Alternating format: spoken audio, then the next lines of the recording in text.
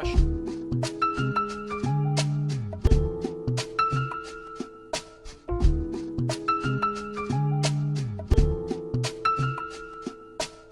Welcome to Generational Podcast, where we talk about lifestyle, fashion, and mental health. We are the hosts, Sheldon Brothers, Claudia Smith, and Ever Smith. And today our guest is Makesi. And this is the second part of Young People Asking Adults Questions. Casey, tell us a little about yourself.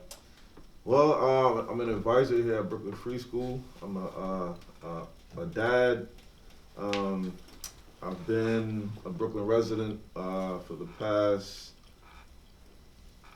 Yeah, I've been a Brooklyn resident for the past 25 years, and I'm here to answer your questions.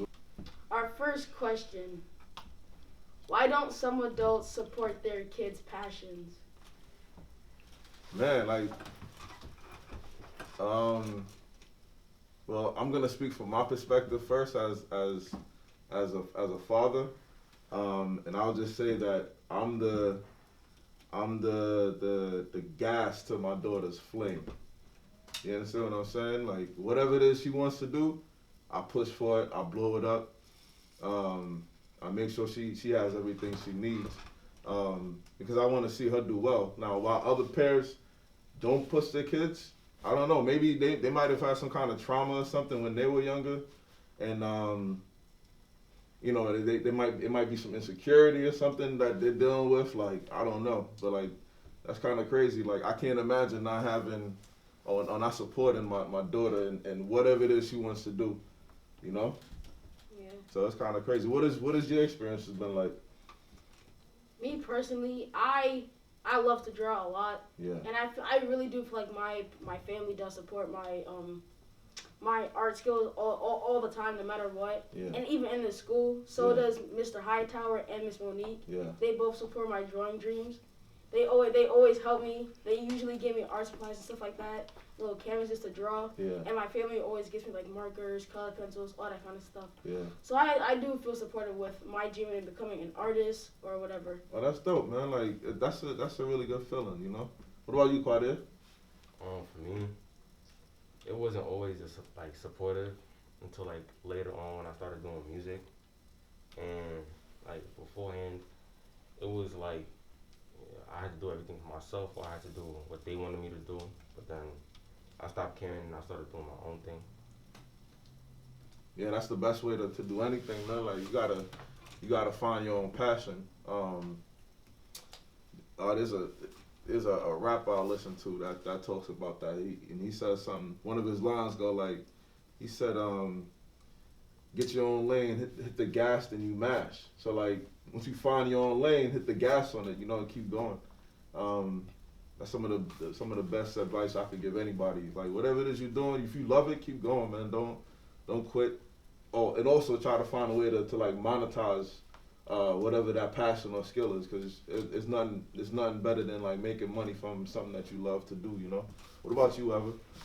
Yeah, I also have always been really supported in whatever I wanted to do. I really like writing and drawing. Yeah. My aunt's a writer, and both my parents love art, so I mean, they never cared what I wanted to do, and I mean, so yeah, I mean, I never felt like not supported by them. If anything, they always push for me to actually do what I want and what I feel like I'm going to want to do when I'm older. Nice. Than what I don't want to do. Nice.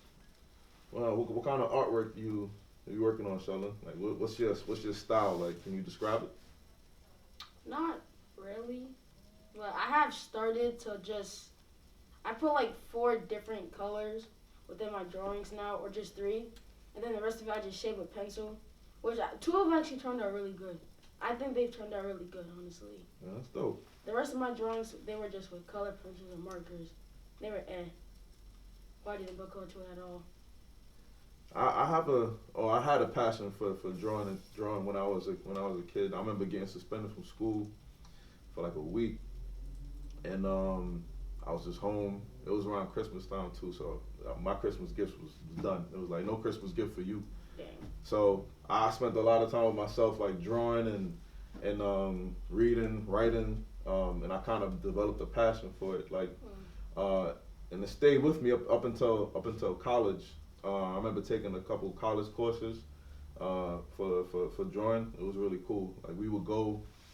Um, I went to BMCC, so we would go down by the water, down by the piers, and draw the skyline. Yeah, it was really cool, man. Yeah.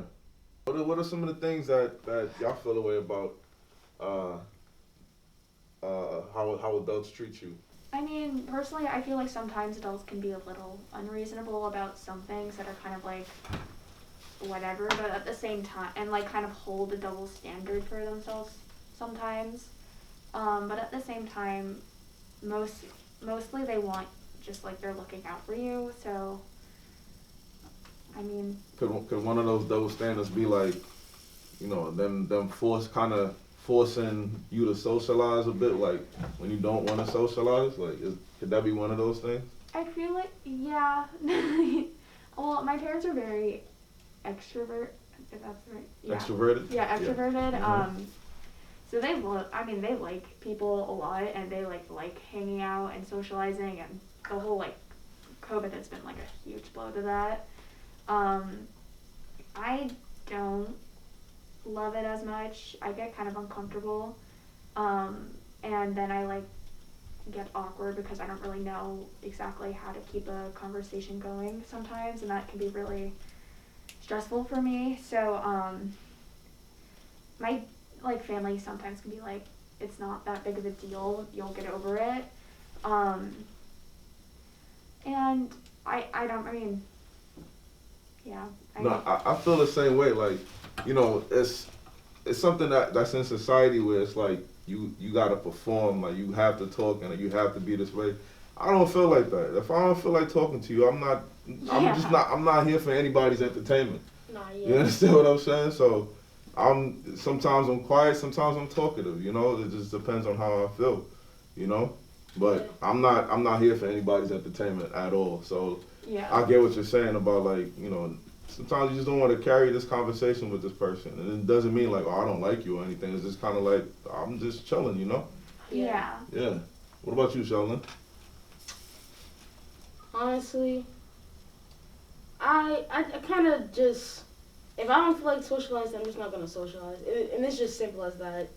You can tell me as many times to talk to this person. I might talk to them for like 5 minutes, but if it's just gonna be a dry conversation, I'm just gonna end it and just do whatever. Honestly. Right.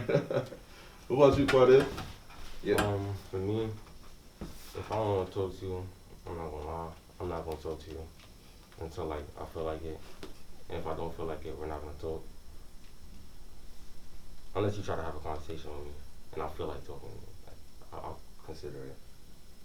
Yeah, like my daughter right now, she's 7, right? So there's like a developmental thing with her that she needs to like socialize. You understand what I'm saying? Like Yeah. she needs that interaction with kids her own age. Yeah. You know what I mean? But like when she gets to a certain age, it's like I'm not gonna be like, yo, well, you need to go do this or you need to go hang out with this person, and it's like you'll be forcing something that, that's unnecessary. Yeah. Everybody's different. Like for me, I'm a little extrovert and I'm very introverted at the same time. I like solitude. I like time to myself. It's necessary. Like I need it. You know what I mean? Like that's one of the ways I recharge. I like reading, working out.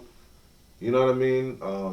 Those are the things that recharge me. Like so for some people, they need an audience. They need a lot of social interaction to feel good. And not for me. I like hanging out. I like going to parties and stuff. But like, it's not. Yeah. You know what I'm saying? So I like solitude sometimes. I'm not gonna lie, parties aren't really my style that much. I'm Yeah, not me gonna neither. lie. Yeah. I don't really like the whole like aspect. I mean, I also get I kind of like, what's the word? I like pull back Yeah. from like social interacting with people. Yeah. So parties always like, they always like, people are like, you just don't talk to anyone. Yeah. And I'm like, okay, yeah, and I mean, I don't. It's just like the huge crowd of people bothers. It's just, and then there's like doing all these things, and I'm like, this is boring.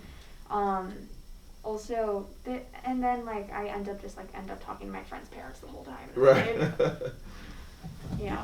Yeah, I agree with that to some degree, but I'm not even gonna lie to you. I like partying too. You know what I'm saying? So Yeah. it was when I was about I would say from about 18 to about 24. I was in a party like every weekend, like literally every weekend from 18 to about 24. I hosted parties. I went to parties. Um, and I enjoyed it for that time. You know, you're still young. What are you like, 14?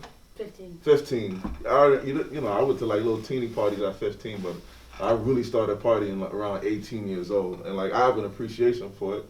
You know what I mean? But it's like I could do without it now, but like I understand like people's need to go to a party and socialize and like hang out. Like it's cool. It has its pros to it, you know, but it also has its cons as well. So like I get both sides. That's why I said like I'm introverted and extroverted at the same time. So yeah, man. And I know like you said like basically introverted for the most part, but like you should experience though. It's good for your human development. You understand what I'm saying? Yeah. Like I think my biggest thing is like one because like it's really like adults that I mean kids are I mean I've a lot of times I can't really have a conversation with my friends because Yeah. like I mean we also don't really know how to hold conversations, so that always gets awkward, but like and then I like get weirded out and feel like I should never Yeah. talk to anyone ever again. But I think it's adults that I also feel really uncomfortable with, especially my parents' friends and stuff, is because it's like I and I don't want to like come off as like rude or like unresponsive to them. Yeah. And that's hard for me kind of. Yeah. So like holding this whole thing where I'm like having to keep a conversation going and pretending like I understand what they're saying half the time, that's hard. Yeah. You shouldn't try to force anything. You know what I'm saying? Yeah. That doesn't feel good. If it's not flowing like that, it's just not flowing. You know. Don't try to. Just always be yourself. You know. Mm-hmm. And I feel like even within your at your comfort level, you're gonna find people that think the same way as you, and you're gonna socialize in that same circle, and you're gonna feel comfortable. And you probably will get talkative with those people because they understand you, Yeah. you know. But you don't wanna go to either extreme though. You don't wanna become like a hermit where you don't talk to nobody. And it's like every social interaction is uncomfortable and it's like this is so weird. Nah, you don't wanna do that. You wanna try to find a right a balance. Right. You know, one of the things my dad always talked about is like balance, like so important to maintain balance in your life. You know what I Yeah. mean? So that's why I like doing both. And I think one of the one of the keys to our development as human beings is experience. Like try to take in as many experiences as possible. You understand what I'm saying? You don't have to do everything, but like or consistently do everything, but like you know, it's kind of like I equate it to like traveling. You know what I mean? Mm-hmm. Like traveling is one of the best things you could do. Traveling's fun too. You ever traveled before? Like where have you traveled to, Sheldon? Puerto Rico. Puerto Rico? Oh, with BFS, right? What was that trip like, man? Nah, that trip was fun. Yeah. Like it was fun. Only I can't even say that going to other free school wasn't fun either, cause those kids were actually mad chill as well. But just to bring it up in a coconut, that took too long. That took too long. How did you try to open it? We got rocks. Me, Archie, and Kilo got rocks. Did y'all climb like a coconut tree to get it, or like your It, boy off the it, street? it was already on the floor, so we just took it. Nice, Tasted good though. nice. Still took a lot of work. It is a lot of work. That's why you need a machete, man. Nah, me, Archie, and Kilo got mad when we saw some lady just boom in half, just With That a simple. rock? What do you mean, like the With a machete. the I mean, yeah. the outer layer of it was off already? It was just the nut? Yeah. Oh, that's different. That's easy to crack it open at that point. Only she just done here. You had a really good time though. I definitely did. Yeah, man. It's Mr. Hightower's definitely chefing it up though. hey, shout out to Mr. Hightower over there. Yeah, man. Quade, where have you traveled to, man? If you have. I've been to Jamaica, Nice, Florida, and some other states. nice. Yeah. Jamaica, it was cool. I ain't.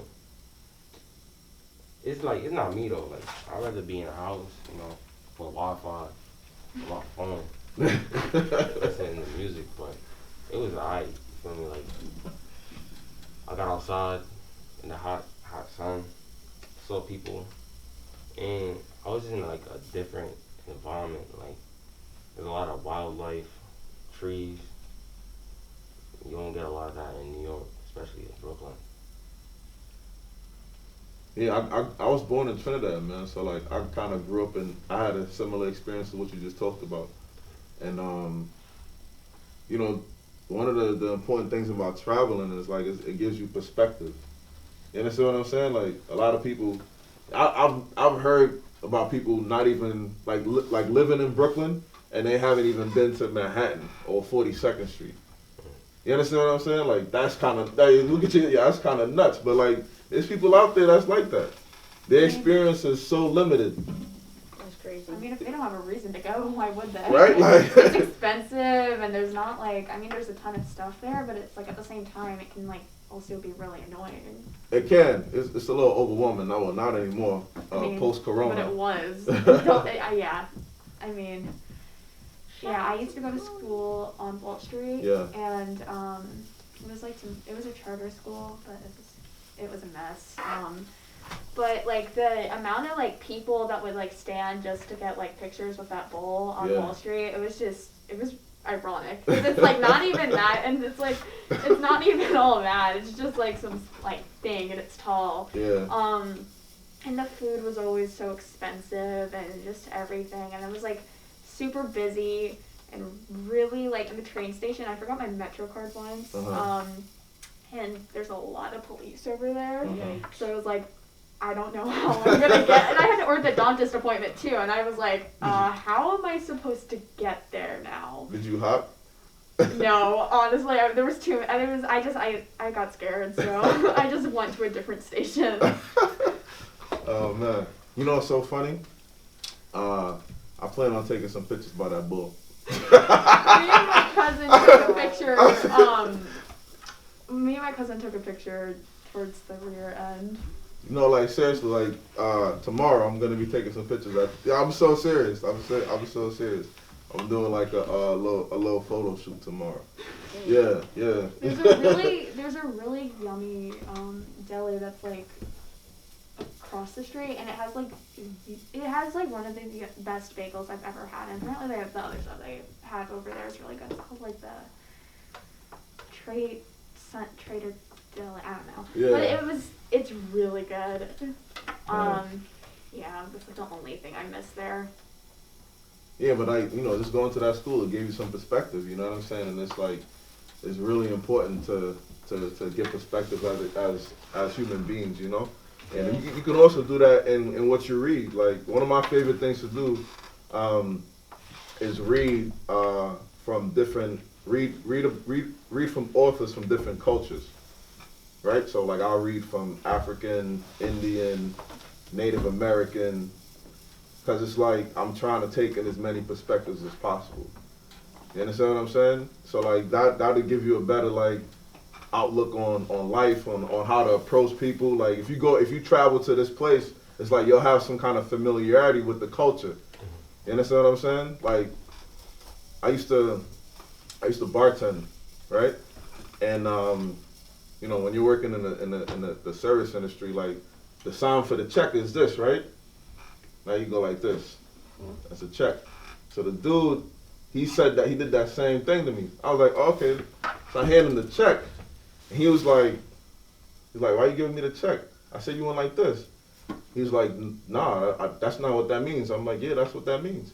But like after talking to him, is like culturally where he's from, that means something else. So where he's from, the check means like putting the knife and fork as like an X on your plate. Mm. You see what I'm saying? And it's like little things like that you would never know. What did he mean? Huh? What did he mean? What did he mean when he did? I can't even remember, to be honest with you. But like I know when he put the knife and the fork like as sitting as an X, that's what the check means in his culture. So over here, like this means check. You know what I mean? So that's a cultural thing, and it's like when you read about different cultures, you pick up on those little intricacies about different people's different culture. You know what I'm saying? So it's really important to do that, man. We're wrapping it up, but before you go, we have a question for you. Is there any advice you would give young people? Yeah, man. Like when I hear that question, I think of my younger self, right? And what I learned from my younger self is that I learned discipline from my younger self. I learned to be consistent, and I learned to keep going. So like, those are three things I would say to kids, man. Like, cause my whole energy, my whole aura is about success. You understand what I'm saying? Like, I'm focused on my success, cause my success leads to my family's success. You understand what I'm saying? So that's my focus in life is achieving things, getting things done, right? And the things that help you get those things done is being disciplined, being consistent, and just loving what you do. So like, Cartier, you make music every day. Well, not every day, but like, for the most part, like, you want to make sure you stay consistent with that. So just stay consistent, man, and be disciplined in what you do. That's my advice for everybody here on the panel and everybody out there. So yeah, man, thanks for having me. I really appreciate this. This is really dope. I like what y'all doing. Stay consistent. My wife is also a podcaster, and that's one thing she always talks about is stay consistent. So if y'all gonna do this, you gotta really do this. You know what I mean? You can't be like, oh, well, I don't feel like it. No, you gotta show up even when you don't feel like it. Yeah, for real. Like you want to listen. People are making money off of podcasts, all right? Yeah. Especially y'all being young, you're in your own lane right now. You know what I'm saying? So like you gotta be consistent. Like if y'all stay consistent with this, you'll see some success. So stay consistent, show up every day, even when you don't want to show up. You know what I mean? And put in the work. Well, thank you for joining us today. This is the end. Thank you for watching. Make sure you like, comment, and subscribe, and hit the notification button. Bye. Bye, y'all.